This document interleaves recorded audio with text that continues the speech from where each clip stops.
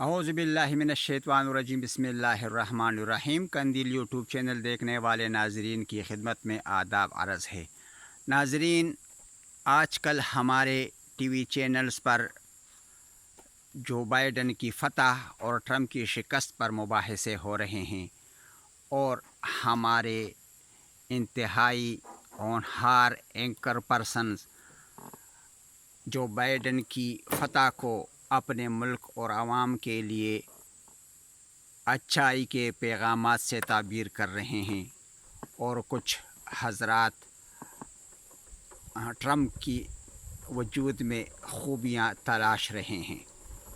ناظرین، یہ ہماری بدقسمتی ہے کہ ہم آقاؤں کے تابع رہ کر ان کے قصیدے گاتے رہتے ہیں اور اپنے وجود کی اچھائیاں ان کے طاقت میں ڈھونڈتے رہتے ہیں، لیکن خود اپنے وجود کو ترقی کی جانب راغب نہیں کرتے۔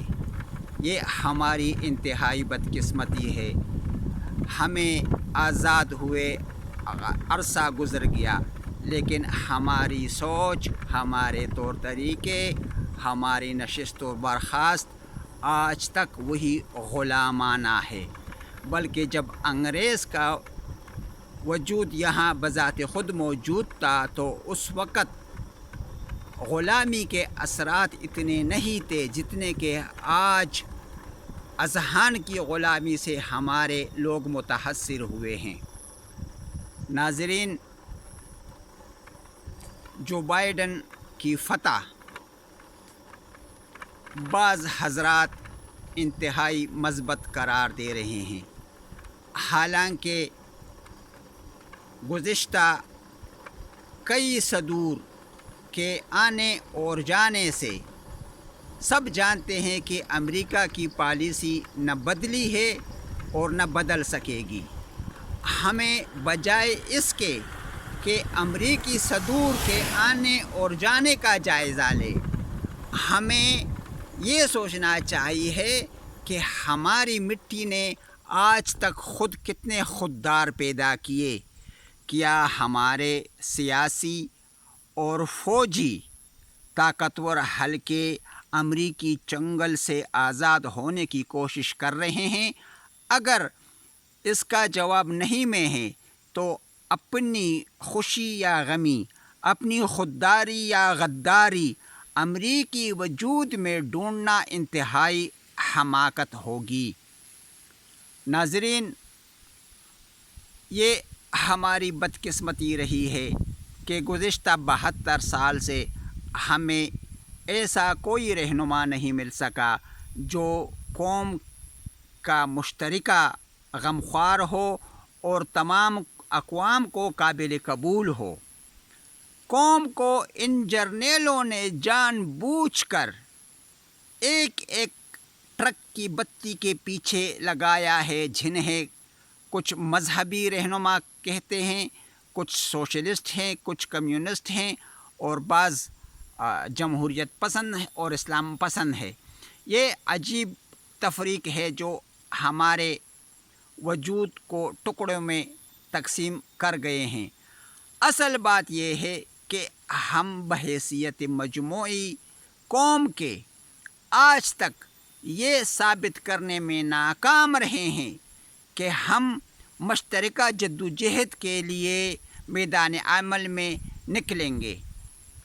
قومی اتحاد سن 77 میں اگرچہ قومی یکجہتی کا مظاہرہ کیا گیا تھا، لیکن اسے بھی سازشوں کے سبب ناکام بنا دیا گیا، اور جنرل ضیاء کے مارشل لا نے تمام سچائیوں پر پانی پھیر دیا، اور بدقسمتی سے تمام سیاسی اور مذہبی رہنما بھی اس سازش کا شکار ہو گئے۔ اس لیے آج تک سیاسی رہنما بھی کوئی مقام نہ بنا سکے، اور نہ جرنیل کوئی مثبت کردار ادا کر کے قوم کو اعتماد میں لے سکے۔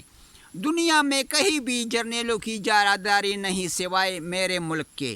حالانکہ کئی ممالک میں مارشل لائیں بھی ہے، یہاں تھائی لینڈ میں بھی فوجی حاکم تھا، اب سول کی طرف منتقل ہو گیا، لیکن اس نے قومی ترقی کو کبھی بھی زگ نہیں پہنچائی اور نہ ہی تفریق پیدا کر کے قوم کو قومیتوں میں بانٹ کر نفرتیں پھیلائیں۔ یہاں جیسا ماحول تھا ویسا ہی ماحول ہے، جس کے تمام پاکستانی بھی گواہی دیں گے، اور ان کا معاشرہ بذات خود گواہی دے رہا ہے کہ یہاں کتنا امن ہے۔ حالانکہ ہمارے جرنیلوں کے طالبان کے اثرات یہاں بھی سرایت کر گئے تھے اور یہاں کئی تخریب کاری کارروائی ہوئی تھی، لیکن ان لوگوں نے جلد یہ تمام تخریبی کارروائیاں اپنے قبضے میں لے لیں، اور آج تک وہ طالبان جنہیں پاکستان جرنیلوں نے ٹریننگ دیا تھا قید میں ہے اور پابند سلاسل ہیں۔ تو بتانا آپ لوگوں کو یہ مقصود ہے کہ امریکہ کے صدر کے آنے جانے سے فرق نہیں پڑے گا جب تک کہ ہمارے اپنے رہنما امریکی خول اور قبضے کو نہیں توڑیں گے۔ ہمیں مسئلہ یہ درپیش ہے کہ ہمارے جرنیل اور ہمارے جاگیردار سیاستدان سب امریکی گرفت میں ایسے اٹک گئے ہیں کہ نہ خود نکل رہے ہیں، نہ اگر کوئی نکلنے کی کوشش بھی کر رہا ہے تو ان پر غداری اور وطن فروشی یا مختلف مذہبی فتوے لگا کر انہیں بدنام کر دیتے ہیں۔